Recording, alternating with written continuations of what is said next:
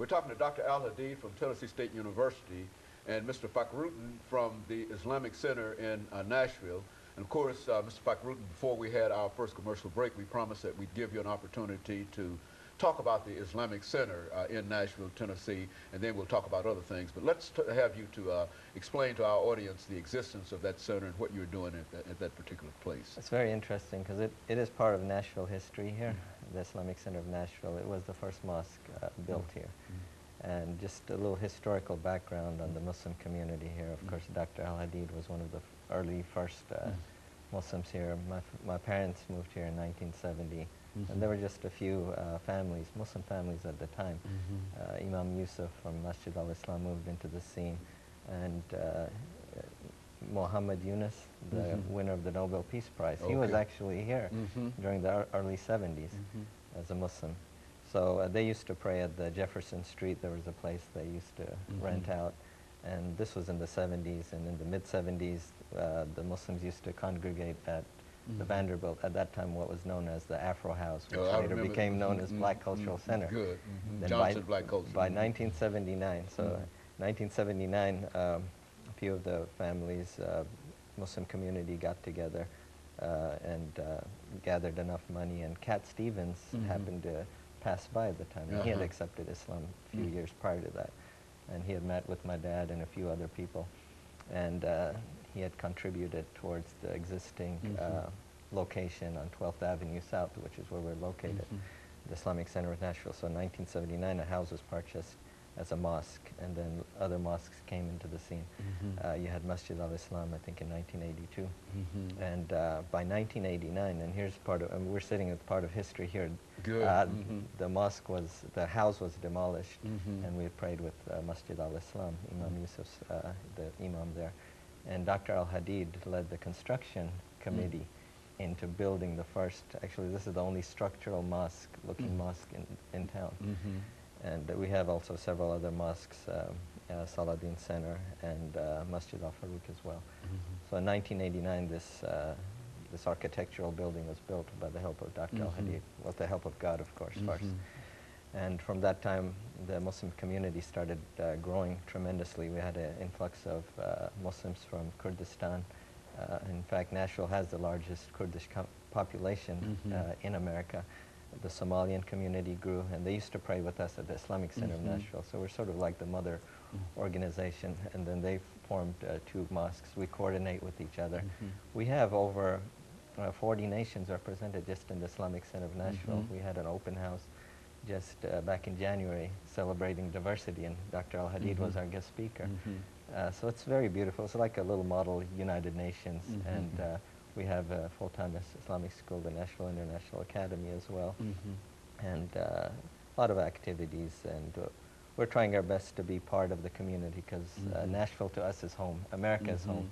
And last week we were involved with the MS Walk, participated, we had been involved with Habitat for Humanity, and we want to be more involved with the neighborhood programs, and our intention is to be part, a positive part of the community. Dr. Al-Hadid, I think when we talked about about Malcolm X and his conversion, you mentioned the fact that there had been some real opposition to Muslims in the United States. Let's talk about that, which is to say that at the 21st century they might stand at a certain place, but it was not always so. Why don't you give us sort of a review of that kind of information? Yes. Malcolm X left the Nation of Islam in March of 1964, and on the 12th of March he declared that he was going to establish the Muslim Mosque Incorporated. And the purpose of that mosque was to teach mainstream Islam, which had not been taught to African Americans. There were immigrant Muslims in America, but they were not publicly known. They were known in certain circles. And so if you draw a line from 1965 forward, that's the point at which things started changing. U.S. immigration policies changed, and more Muslims from the Muslim world started coming to the United States, from Egypt, from Syria, from Turkey, and various other places. And so Islam started to take on the true character of the Muslim world. And so we're at a point now where there are approximately, some say 7 million, but I guess our figures would say about 10 million Muslims in the United States.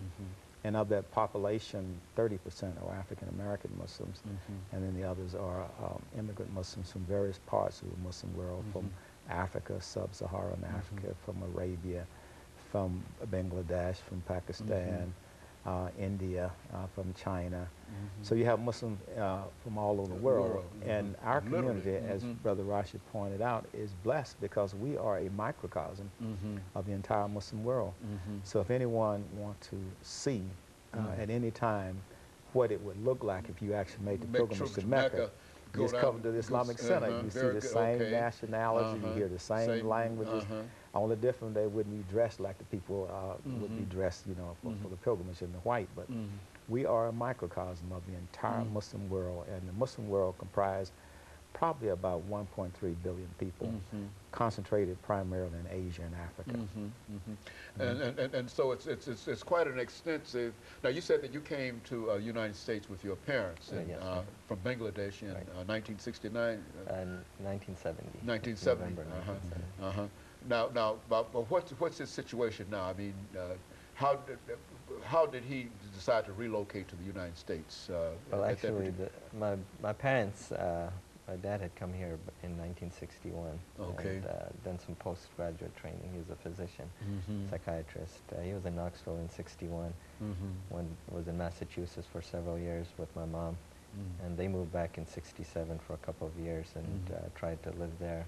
And in the end, in '69, they moved to Canada for a year. My dad had a one-year contract working there in research, and then he moved to Nashville.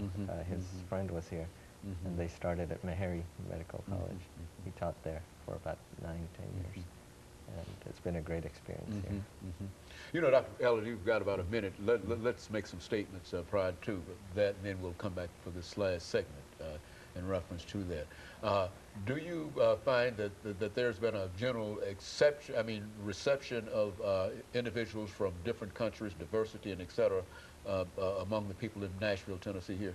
Oh, absolutely. I think that the Islamic community here is just the essence of multiculturalism and cultural diversity. And we have open houses all the time. We go to churches, we give speeches, and there is a general acceptance. People are really eager to learn about Islam because most people just don't necessarily believe everything they see in the mass media. They want to see the story behind the story. And then when they actually get to know us, they find the Muslims are just like any other people. We just have a different religion, but that doesn't make us different types of human beings. And of course, let us take this commercial break, and we'll be back with our audience following this very, very short commercial break.